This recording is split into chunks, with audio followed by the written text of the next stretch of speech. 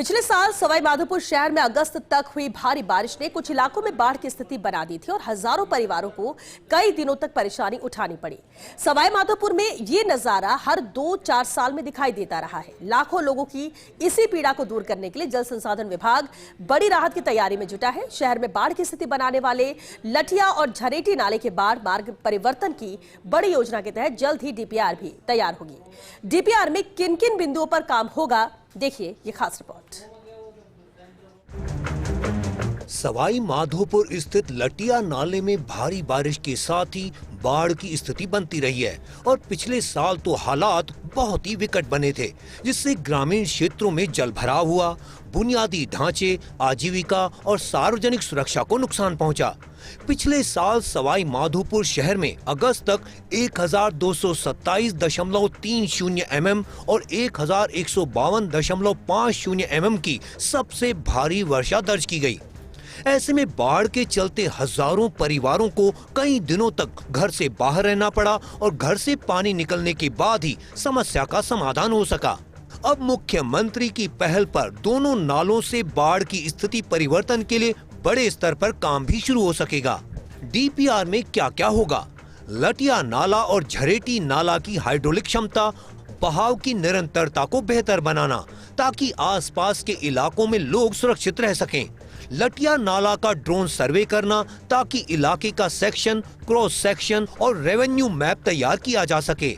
UIT के अधिकार क्षेत्र में आने वाली सड़कों, पुलों, पुलियाओं और सार्वजनिक इमारतों को बाढ़ से हुए नुकसान का आकलन किया जाएगा। भविष्य में बाढ़ की घटनाओं के दौरान सुरक्षित कनेक्टिविटी और सार्वजनिक संपत्तियों की सुरक्षा सुनिश्चित करना। नाले की मौजूदा स्थिति का अध्ययन करना, जिसमें उसका अलाइनमेंट, बेड लेवल, चौड़ाई, गहराई और पानी ले जाने की क्षमता शामिल है। ग्रामीण इलाकों में बाढ़ को कम करने के लिए डायवर्जन स्ट्रक्चर चैनल का डिजाइन तैयार होगा। लटिया नाला और झरेटी नाला के जरिए बाढ़ के पानी के फ्लड रूटिंग को सुनिश्चित किया जाएगा।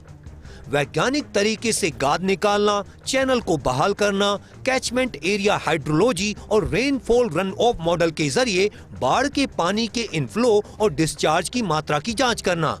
लटिया नाला में मिलने वाली स्थानीय सहायक नदियों की पहचान और उनके इनफ्लो, लंबाई आदि का विवरण तैयार करना। बाढ़ संभावित इलाकों की पहचान करना और आसपास की बस्तियों, इंफ्रास्ट्रक्चर के लिए जोखिम कम करने के उपाय सुझाना। किनारों के कटाव का आकलन करना और सुरक्षा के उचित उपाय जैसे रिटेनिंग स्ट्रक्चर, पिचिंग, चैनलाइजेशन का काम सुझाना। Sustainable eco tourism development plan तैयार करना। लटिया नाला के लिए जमीन बहाली योजना बनाना।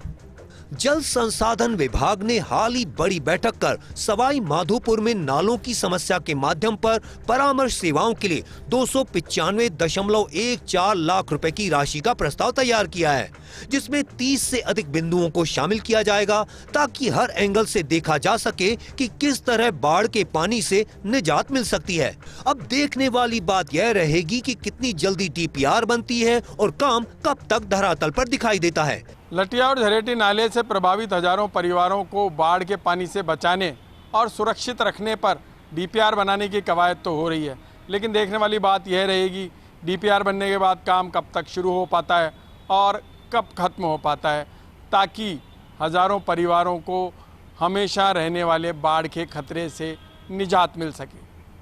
कैमरामैन संजय राजपूत के साथ Vinod Singh Chauhan, first India news, Jaipur.